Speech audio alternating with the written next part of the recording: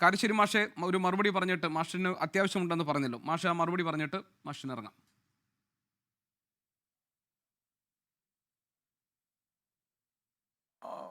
ഉപേഷൻ, നമ്മൾ ചർച്ച ചെയ്യുന്ന വിഷയം ബഹുമാനപ്പെട്ട ആരോഗ്യമന്ത്രി ആക്രമിക്കപ്പെട്ടോ ഇല്ലേ എന്നുള്ളൊരു കാര്യമാണ്. മറ്റ് രാഷ്ട്രീയ കാര്യങ്ങൾ ഇപ്പോൾ ചർച്ച ചെയ്യുന്നതിന് ഒരു കഥയുണ്ടെന്ന് ഞാൻ വിചാരിക്കുന്നില്ല.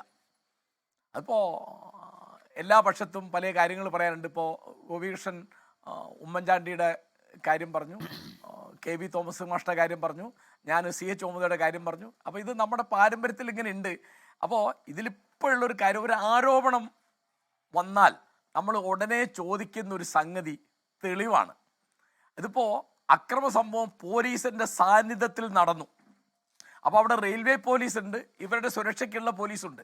അപ്പോൾ അവരുടെ കയ്യിൽ എന്ത് തെളിവുണ്ട് എന്ന് ചോദിക്കുന്നത് സാമാന്യ ബുദ്ധി മാത്രമാണ്. ആരോപണം ഉന്നയിക്കുമ്പോൾ കേൾക്കുന്നവർ മുഴുവൻ അത് 100% സത്യമാണ് എന്ന് അംഗീകരിച്ചോളണം എന്ന് പറയുന്നതിൽ എന്താ ന്യായമുള്ളത്? ഇപ്പോൾ വധശ്രമം എന്നുള്ളത് എത്ര വലിയൊരു വാക്കാണ്. എനിക്കതൊന്നും എൻ്റെ സാമാന്യ യുക്തിക്ക് ചേരാത്തതുകൊണ്ട് ഞാൻ പറയുന്നത്. അപ്പോൾ ഒരു തെളിവ് വേണം എന്ന് പറയുമ്പോൾ ഇന്നത്തെ പ്രധാനപ്പെട്ട തെളിവ് ദൃശ്യങ്ങളാണ്, വേറൊരു തെളിവ് ദൃക്സാക്ഷികളാണ്, വേറൊന്ന് തെളിവ് സാഹചര്യമാണ്.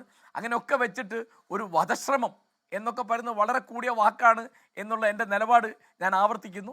എൻ്റെ സാമാന്യ യുക്തിക്ക് അത് ചേരുന്നില്ല. കാരണം പട്ടാപ്പകൽ പോലീസിൻ്റെ വലയത്തിലിരിക്കുന്ന ഒരു മന്ത്രിയെ കരിങ്കൊടിയായിട്ട് വരുന്ന ചെറുപ്പക്കാർ കൊല്ലാൻ വരികയാണ് എന്ന് പറയുമ്പോൾ എപ്പോഴും പറയുന്നൊരു വാക്കാത്.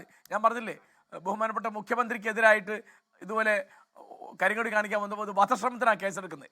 അങ്ങനെ എടുക്കാം, പക്ഷേ അതൊന്നും ഒരിക്കലും കോടതിയിൽ തെളിയുകയോ ശിക്ഷിക്കപ്പെടുകയോ ഉണ്ടായിട്ടില്ല എന്നുള്ള കാര്യം കൂടി നമ്മൾ ഈ സമയത്ത് ഓർമ്മിക്കുന്നത് നല്ലതാണ് എന്നുകൂടി ഞാൻ പറയുന്നു. ലോകത്തെവിടെയായാലും ഏത് സമയത്തും 24 വാർത്തകളും ഓഗ്മെന്റഡ് റിയാലിറ്റി പാക്കേജുകളും എക്സ്പ്ലെയിനറുകളും വിശദമായി കാണാൻ ഞങ്ങളുടെ യൂട്യൂബ് ചാനൽ നിങ്ങൾക്ക് സബ്സ്ക്രൈബ് ചെയ്യാം.